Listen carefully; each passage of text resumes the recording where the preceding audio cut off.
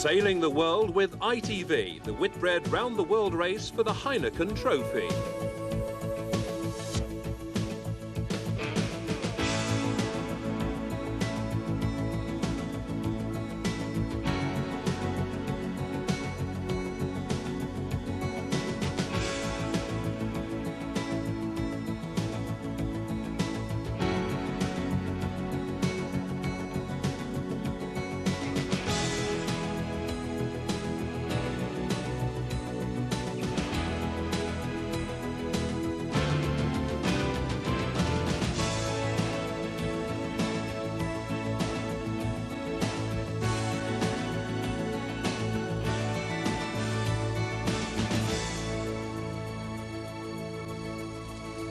Hello and welcome to Sail the World from an unusually wet and windy Punta del Este in Uruguay.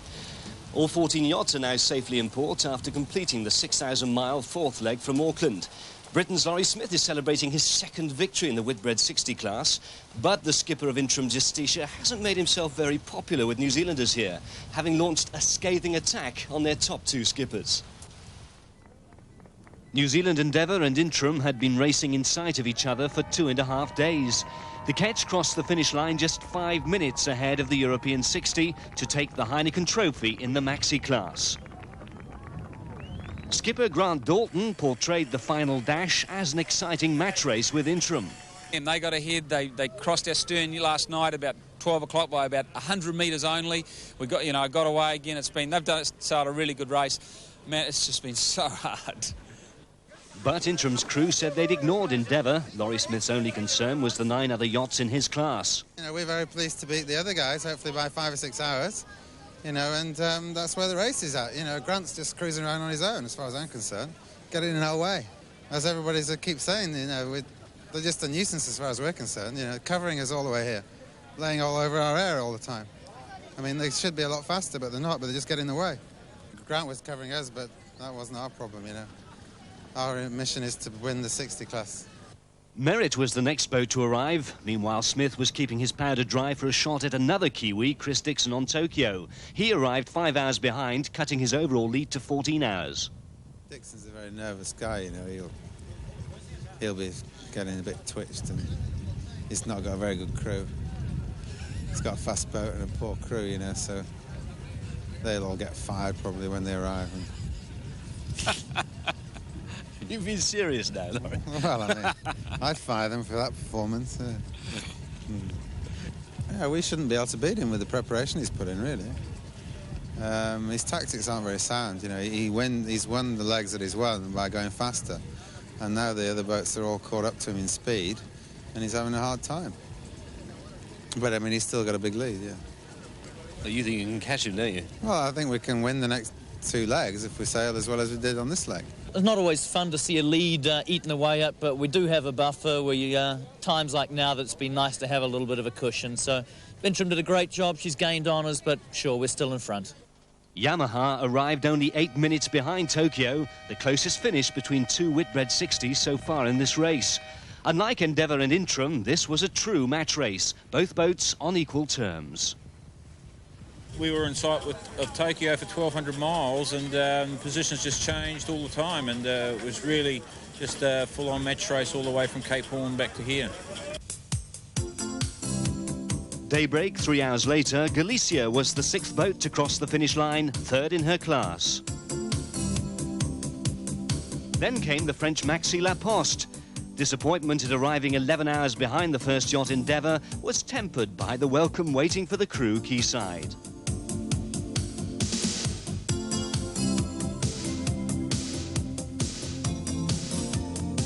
Winston's arrival was more sombre. After 6,000 miles, Dennis Connor's Whitbred 60 finished 24 hours adrift of Interim. Lucky for the crew, Connor himself wasn't sailing this time. Yes, it's a bit of a bitter pill for us to swallow this leg. Not much to say about it, really. It came apart at the seams. The fickle finger of fate decided we were the ones it was going to camp on. The Italian 60 Brooksfield finished 3 hours behind Winston in her customary mid-fleet position. Later that morning, the breakwater in Punta del Este began to fill with locals waiting to get a glimpse of the only all-women entry in the race, Heineken. The 60 powered her way home, despite losing a third of her rudder, which had hindered performance. We couldn't push the boat as hard. You know, the resistance on the rudder is going to be quite heavy, and when you've got half a rudder, you can't steer as easily, so therefore you can't put the sails up that you'd like to put up, so therefore maybe you can't go as fast. Despite rudder problems, the women found themselves travelling at 17 knots, flying only a storm jib after rounding Cape Horn. Conditions in the Le Maire Straits astonished even veteran Cape Horners like Jenny Mundy. I've never seen seas like it. I mean, it was gusting 45 steady, gusting up to sort of getting on for 50 through there. And the seas are pretty much like, well, you know, the breakers on a beach. It was almost like sailing through that kind of thing, but magnified by 100 times. It's just incredible. Never again. Never seen anything like it. It'll stay with me forever, that will. Just horrendous. One wave, I mean, we've all been knocked off the helm. I mean, one wave during that time picked me up, flung me back in the leeward corner. Thought I was going to drown. Yes, the Whitbred 60 can be a difficult boat to control. Like a wild animal, she lashes out at those trying to tame her. I mean, I don't think there's anyone who hasn't got pain. We went through quite a few painkillers. You know, we ran out last night with quite a few to go. So that tells you something, doesn't it? Medics Sue Crafer's supply of 600 painkillers, now exhausted, were needed early on when sailmaker Leah Newbold suffered a bad gash in her hand. Yeah, exactly. Yeah. All right. Oh, Renee. Sue stitched her up and she soon resumed duties on deck. But Leah's misfortune was nothing compared to the traumas on the British boat Dolphin and Youth. Their story later in the programme. To recap on the positions in Leg 4, New Zealand Endeavour finished first boat, first maxi, followed by the leading Whitbred 60, Interim Justicia with Laurie Smith. Tokyo was the second 60, 5 hours behind. Heineken finished 10th on the water, Dolphin and Youth 11th 4 hours later. So after 4 legs, Endeavour has won back the overall lead from Tokyo. Dalton has a 2-hour advantage. Interim moves up to third, 14 hours behind Tokyo. Heineken at 10th, Dolphin and Youth 11th. Well, Britain's top skipper Laurie Smith is certainly making a big impression on this race. Since taking over at the helm of Interim Justicia 4 months ago, he's won both Southern Ocean legs in the Whitbred 60 class. Right from the start of leg 4, Laurie and his European team were flying. Only 3 days into the race to Punta, and the Silver Bullet was enjoying the fast running conditions in which she excels. After a lengthy and lazy stopover, the adrenaline was pumping again. Interim was on record pace, being pushed to the limit and beyond. While smashing their own Amiga world record for a monohull, covering 428.7 miles in 24 hours, the boat broached wildly on several occasions. Luckily we didn't break anything, but you can end up breaking the spinnaker, which, you know, is no good. There's a limitation on the number of sails we can carry. So if you lose one of them, then you've got to fix it. You can't just replace it with another one. So that's always a worry, and you've always got to tell the helmsman to be careful. But if you're too careful, you don't do the miles. A change of watch. One crewman prepares to work on deck. Another is thankful that his 4-hour stint is over. Exhilaration has been replaced by some trepidation as Interim heads further south into iceberg territory. It's cold, wet and horrible. Even the skipper doesn't relish the prospect of taking the wheel. Wet, but I'm not really looking forward to going out there. Those guys out there look like something out of Star Wars. They do, don't they?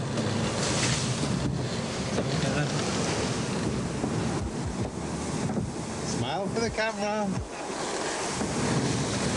The crew have put on iceberg watch. Small growlers are hard to spot, but big enough to punch a hole in the yacht. Meanwhile, basic nourishment is filling a hole in the stomach. What have we got for breakfast today? This was porridge. What did we have yesterday? Porridge. What are we having tomorrow? We're definitely having porridge tomorrow as well. When the map changes from Southern Ocean to Atlantic, we start getting muesli, and then we get muesli every day instead. Deep in the Southern Ocean, and Intrum finds herself beating into the wind. Unusually fickle conditions have got all the skippers, navigators and crews scratching their heads.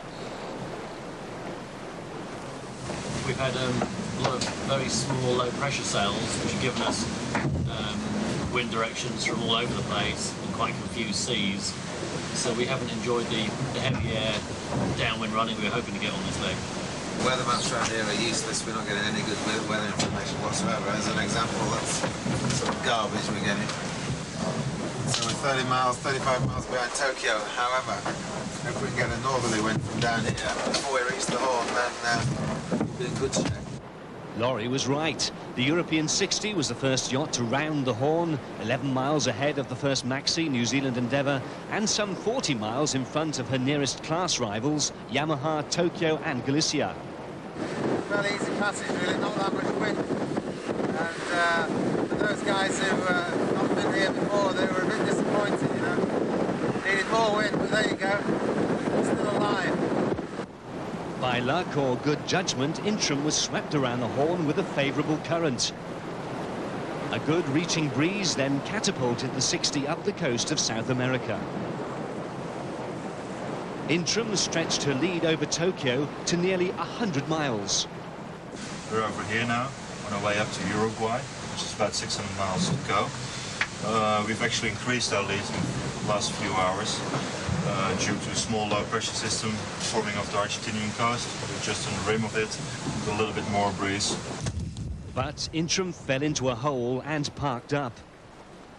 Frustration set in as Intrum watched her big lead disappear. I mean, the whole fleet's going to catch up, and could possibly be a restart 400 miles from the finish line. So we've sailed down 5,500 miles for no reason. Paul Stambridge takes a bearing on a yacht in the distance. She's New Zealand Endeavour, and Laurie's sharp wit goes into overdrive. Kiwis with triple our sail area going the same speed.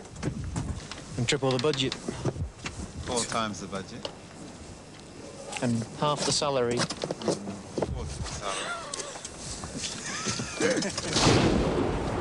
A fierce electrical storm brought to an end the calm, muggy conditions and heralded more winds the following day. But it's on the nose, and for the final sprint to Punta, the entire crew spend day and night sat on the rail to maximise performance. We're pushing the boat very hard now, not getting a lot of sleep. So by the time we arrive in Punta, hopefully in the lead, the crew are going to be totally exhausted. They were exhausted, yes, but happy to have won the Whitbred 60 class, even though New Zealand Endeavour had pipped them to be first into port.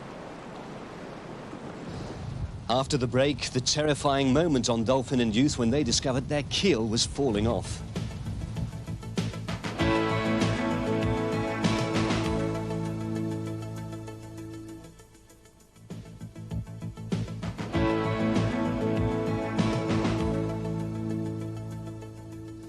Welcome back to Sail the World from a stormy Punta del Este in Uruguay.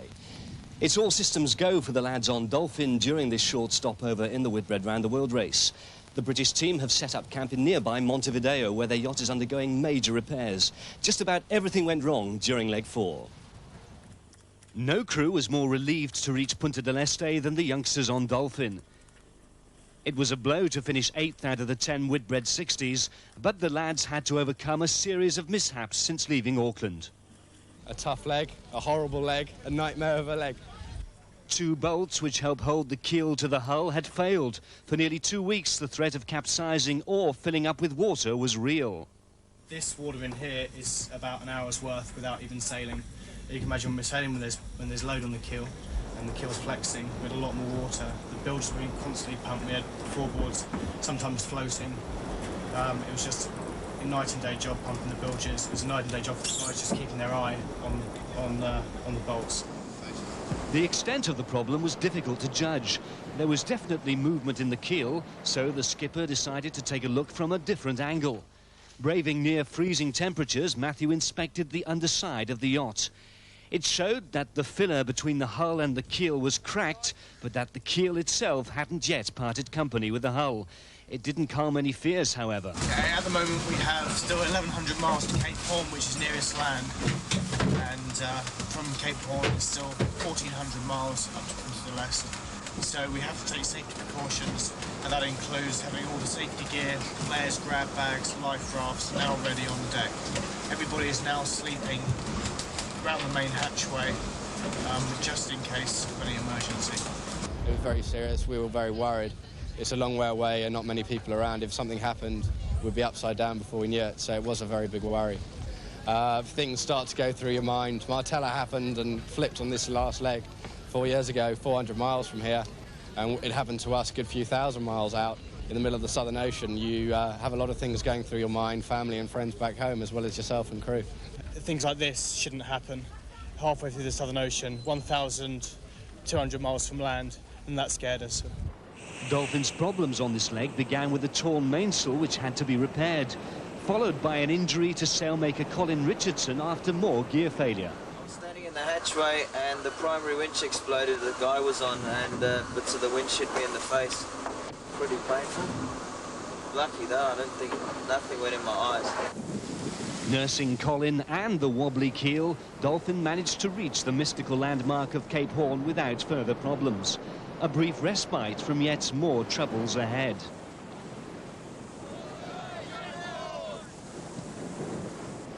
Dolphin enjoyed an easy rounding, and conditions were unusually mild, but not quite that balmy. The weather changed violently after the Horn. 40 to 50 knot winds and big waves battered the yacht, and thoughts turned again to the keel. Would it hold? But it was the mainsail which failed. Repaired once already, this time it was ripped to shreds and had to be cut free. It seemed as if the boat was jinxed. In the last 2 hours, the mainsail is completely blown out. The 3 is completely blown out. Both we've lost over the side. And about 5 seconds ago, the Dodger just got a bit clean up the tracks by a wave. And we're sitting here wondering what else is about to go wrong. Don't say that. Dolphin carried on under storm jib only, and the skipper contemplated diverting to the Falklands rather than risk continuing to punter with their loose keel. Meanwhile, crew were turning a Genoa into a temporary mainsail. A change to calmer weather persuaded Dolphin to keep going, flying their jib for a main. It had been a nightmare voyage, but morale never dipped, and neither did the lads' sense of humour. You know, you turn around to your mates on the boat, and the first thing you do is laugh, really. It just seems quite comical. You laugh or you cry? Yeah, I think that's really the case. And, you know, the guys all kept together, and we had a lot of team spirit, and I think that was important, and that's why we're here in one piece. It's going to be a busy stopover. They've just 2 weeks to get Dolphin repaired and sailing again. Remember, Dolphin also lost their rudder during leg 2. So how has this latest setback been viewed by the yacht's designer back home? Sally Simmons spoke to Rob Humphreys. From his office in Leamington, Rob Humphreys keeps track of Dolphin every inch of the way. He felt personally involved when the bolts broke on Dolphin's keel, but doesn't believe he's in any way to blame. The keel, I don't want to sound glib and say it's a red herring, because it isn't a red herring. It's obviously anything like that causes concern. But in truth, we had 3 bolts failing out of 28 in total. And my conclusion at this stage is that 3 of those bolts were over-tensioned. And when they went, it obviously loosened things up a little bit, so they inevitably had some movement, which was a concern. But there were lots of reserves of safety within the whole structure. Rob thinks the mixture of inexperience in Dolphin's young crew and their thirst for speed causes some of the damage on the yacht. It's new to them. They're driving the boat really hard and they're sailing the boat really well, and I think there is a certain exuberance that they are hitting the high speeds, whereas the other boats generally are then slowing down. For example, when rudder went, just before the rudder went, they hit about 33.5 knots, which is, you know, you could get a speeding ticket in a domestic high street for doing that sort of speed. It's 38 miles an hour. The yacht's builders chose not to comment on the keel, but Rob says that even with a low-budget campaign, the safety of Dolphin was never in doubt, even if their performance has suffered. Well, Tracy Edwards, the skipper of the first all-women crew in the Whitbred 4 years ago, has her own thoughts on Dolphin's plight. She spoke to Sally about that and the other big stories from leg 4. After the event, it's easy to rationally work out that the chances of Dolphin losing their keel were slim. But Tracy Edwards thinks Matthew Humphries had every right to fear the worst. I feel that it's very easy for a designer to sit in an office and say, the keel's not coming off, there's no problem. When you are in the Southern Ocean and something starts to move, you do not think rationally, you not necessarily panic, but you have to worry because you are in charge of 11 other people's lives. So therefore you have to be very aware of what is happening to you and to the boat. And I can see why Matt got very worried and very upset about the fact that the keel was moving.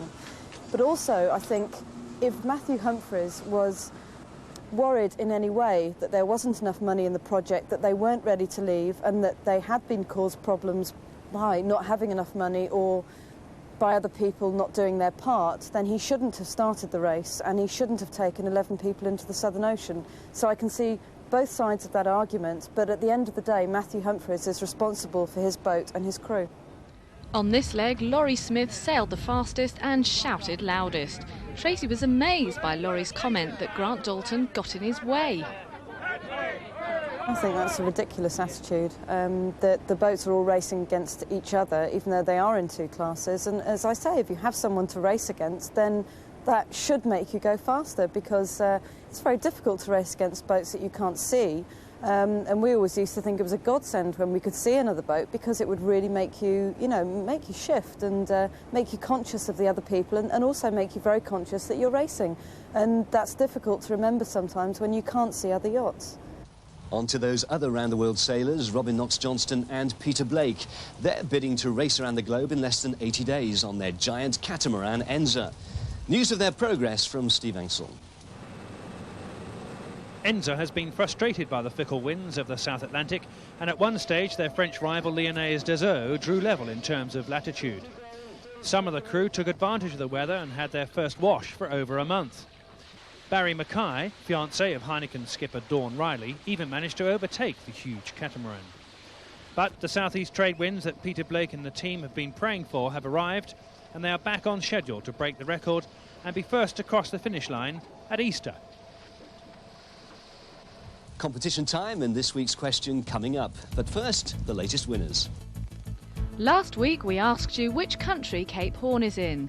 These 3 winners correctly answered Chile and each receive a pair of Reebok trainers. Now, over the last few days in Punta, the Uruguayans have been celebrating the arrival of their maxi Uruguay Natural.